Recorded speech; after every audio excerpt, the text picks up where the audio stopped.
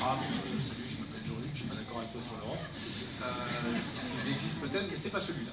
Donc c'est bien Mélenchon. Il dit, dans une petite vidéo, I want my money back.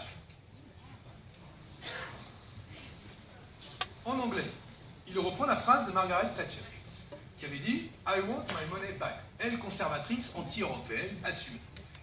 Il n'est pas question que l'Angleterre n'obtienne pas plus, non, donne plus à l'Europe qu'elle n'en obtient. En clair, le sol doit être au minimum équilibré, sinon positif au bénéfice des Britanniques. Jean-Luc Mélenchon reprend en anglais, un anglais acceptable, en tout cas quand on I want my money back, c'est pas compliqué à comprendre, c'est bien, mais voilà, dit la même chose. Et qu'est-ce qu'il dit là? Il dit quelque chose d'assez important.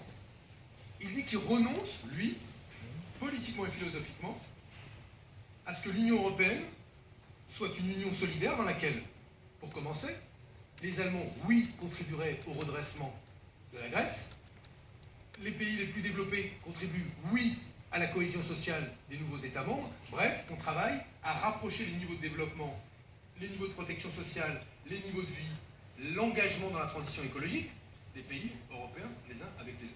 C'est ça le projet de la gauche. C'est-à-dire que la gauche en Europe, c'est pas la droite en Europe. Pourquoi? Parce que la gauche en Europe a toujours défendu la solidarité, là où les conservateurs ont dit non, non, on fait d'abord un marché, on fait une libre circulation des capitaux, mais il n'est pas question qu'on élève le niveau de protection sociale, etc. etc.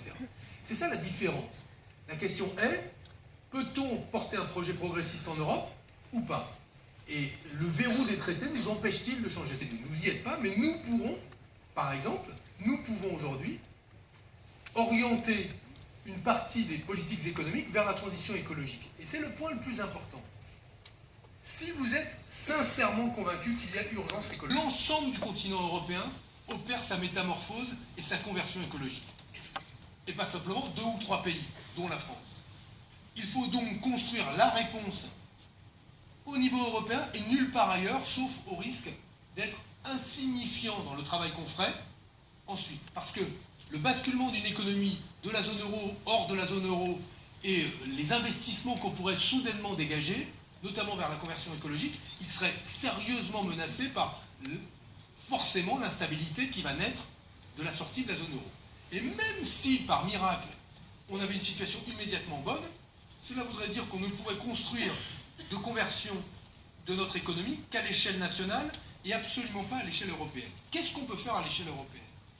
Chaque mois, la Banque Centrale Européenne, en dépit des traités, dont on nous disait qu'ils l'empêchaient, fait ce qu'on appelle une politique de quantitative easing. Elle injecte de la monnaie fraîche, de l'argent frais, dans l'économie. Et elle le fait à hauteur de 40 à 80 milliards par mois.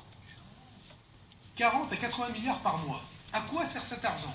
Plus de 2000 milliards d'euros injectés dans l'économie européenne.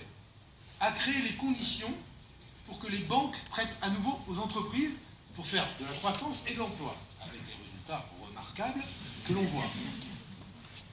La question est, puisque la Banque Centrale Européenne aujourd'hui vient de rajouter 2000 milliards d'euros, de mettre 2000 milliards d'euros, des vrais, hein,